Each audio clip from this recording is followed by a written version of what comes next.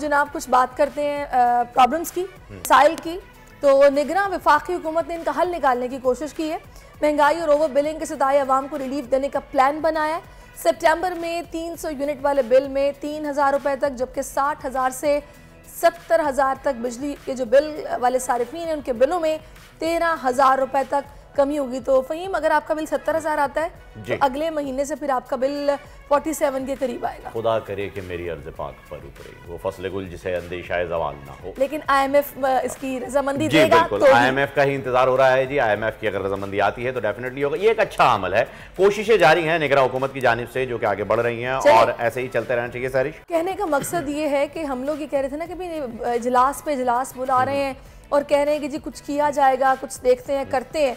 तो एटलीस्ट उन्होंने एक इनिशिएटिव तो लिया है, अब डिपेंड करता है IMF की रजामंदी पर। बिल्कुल ऐसा ही है। आपकी इस इजलास से जो है मुझे वो बड़ा ही मशहूर डायलॉग याद आ गया कि जी तारीख पे तारीख मिलती आई है लेकिन इंसाफ नहीं मिलता।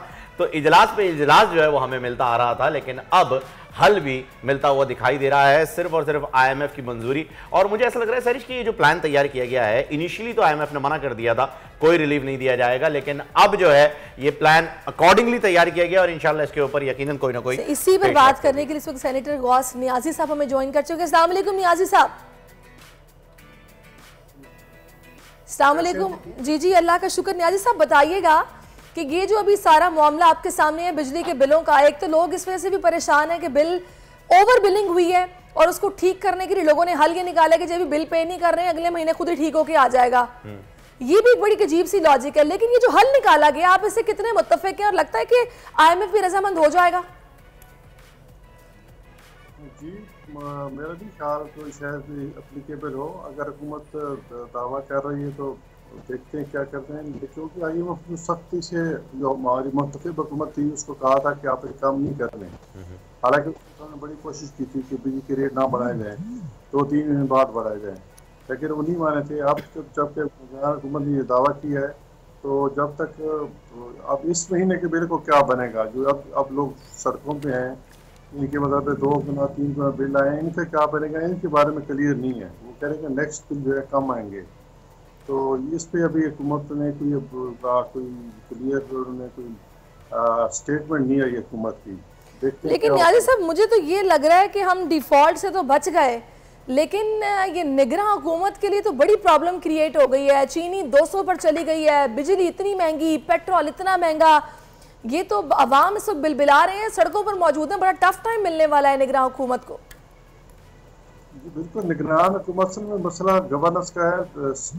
एक प्रोपेगेंडा किया जा रहा है कि सागदार की पॉलिसियाँ गलत थी। उन्होंने सिर्फ $250 जो है वो एक्सपोर्ट की थी, उससे जो 25-30 करोड़ डॉलर मिले थे वो हमने IMF की किस्त अदा की थी।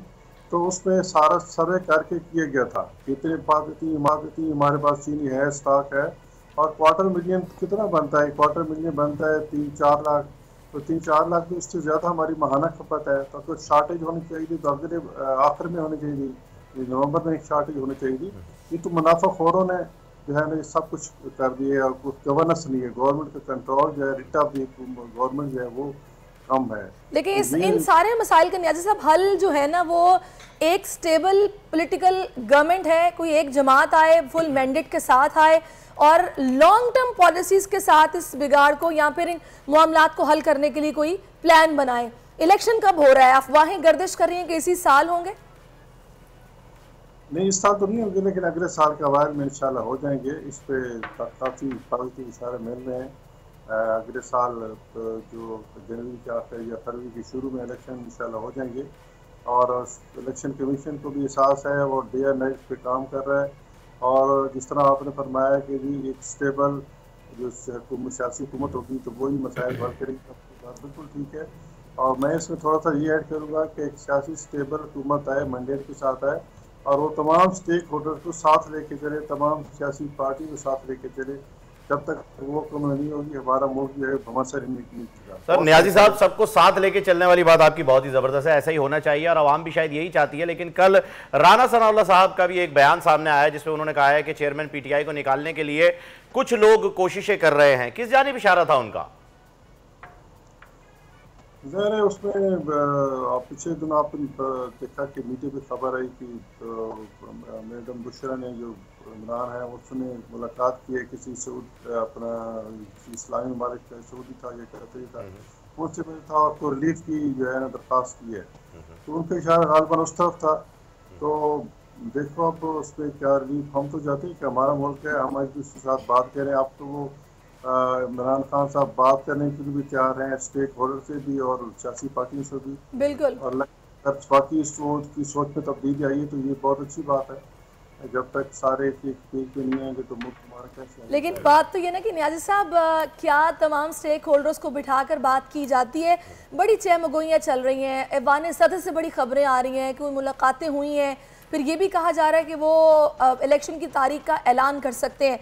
अगर उन्होंने ऐलान कर दिया, आइन की किसी भी शिक का सहारा लिया, तो फिर सिनेरियो क्या होगा?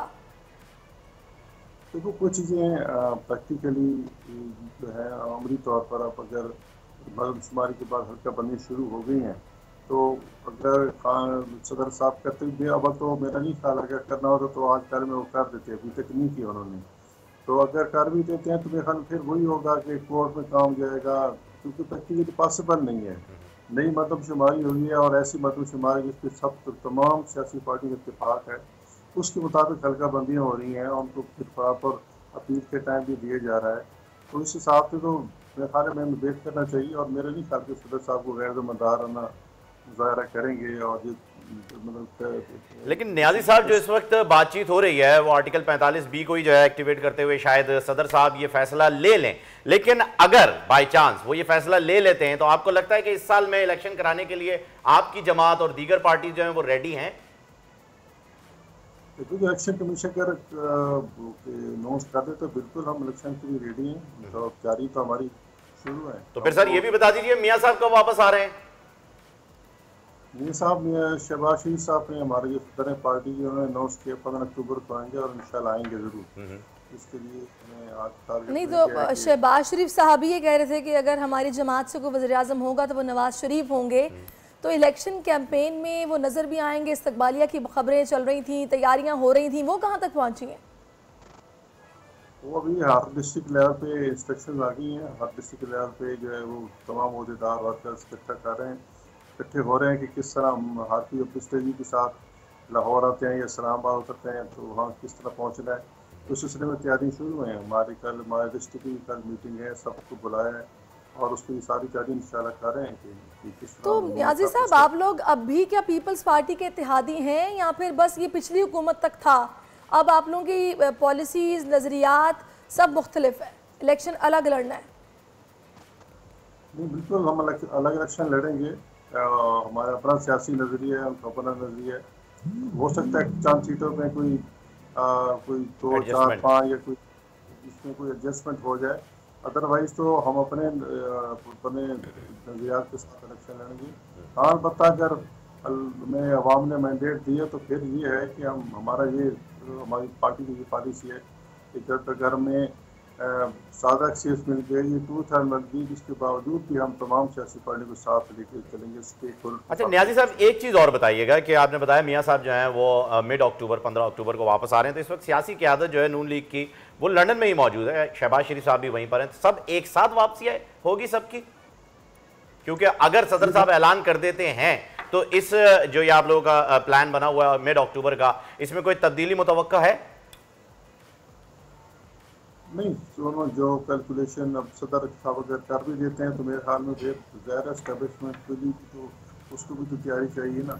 तो वो भी अपनी तैयारी पहले भी उन्होंने जब अनाउंस कर दिया था तो ना इलेक्शन कमीशन तैयार था ना वो तैयार था, तो ये अमली तौर पर पॉसिबल नहीं है। ये मैक्सिमम जो है जो इलेक्शन कमीशन के ज़रिए से मुझे पता चला है वो जनवरी के आखिर में यानी कि इलेक्शन करा सकते हैं, यानी कि 30 नवंबर तक हल्का बंदी मुकम्मल और दिसंबर के पहले या दूसरे हफ्ते में शेड्यूल आ जाएगा इलेक्शन का, और जो पोलिंग जो होगी वो जनवरी के आखिर या फरवरी के पहले हफ्ते में होगी।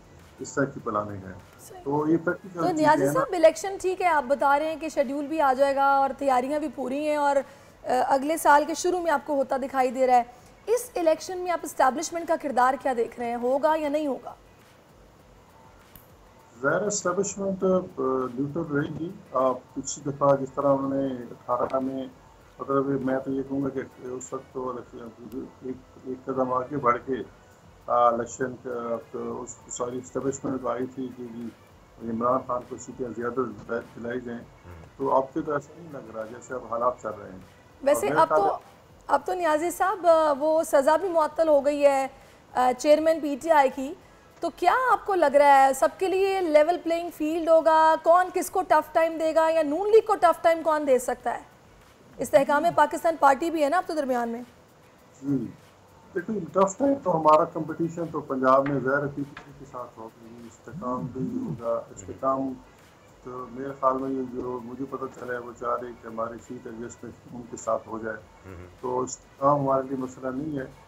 मसला जो है वो मतलब पीटीआई के साथ हमारा कंपटीशन होगा पंजाब। नियाज़ी साहब, आप ये बता रहे हैं कि सीट एडजस्टमेंट इस्तेहकाम के साथ हो सकती है, ये बड़ी खबर है एक, क्या आपकी बातचीत चल रही है? जी हम तो बड़े खुल के बंद है, पीपल्स पार्टी के साथ हो सकती है, बस बशर्ते कि एडजस्टमेंट के लिए कोई सियासी पार्टी हो ना। अब पीटीआई वाले नो डाउट माफ तो है, लेकिन कोई सियासी रीजन नहीं है सियासी। लेकिन नियाज़ी साहब एक बात है, वैसे ठीक है आप कह रहे हैं सीट एडजस्टमेंट हो सकती है, बड़ी अच्छी बात है, जमहूरियत का हुस्न भी है कि मिलकर काम किया जाए, लेकिन अक्सर ये होता है कि जब इस तरह हुकूमतें बन जाती हैं फिर एक दूसरे को रूठने मनाने में ही लगे रहते हैं, जो काम असल होने होते हैं वो हो नहीं पाते। बस यही लग रहा था अब उनका ये मुतालबा आ गया वरना हम अलग हो जाएंगे, हुकूमत गिर जाएगी। तो ये आपको नहीं लगता ये सिलसिला रुकना चाहिए? एक जमात आए फुल मैंडेट के साथ आए, 2/3 अक्सरियत लेके आए।